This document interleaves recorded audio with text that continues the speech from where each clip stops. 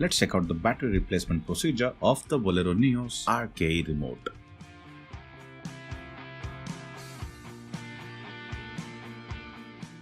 Open the flip key. Then open the key fob cover. Using a pin, gently remove the battery.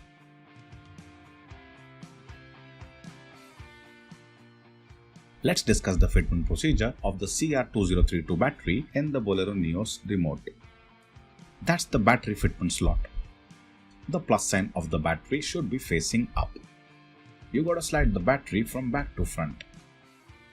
The front end dips first and the rear end needs to be raised while inserting the battery. That's the properly fitted battery with the plus sign facing up.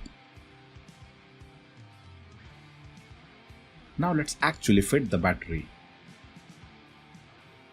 As discussed, while inserting the new battery, slide it from back towards the front and then put back the key fob cover.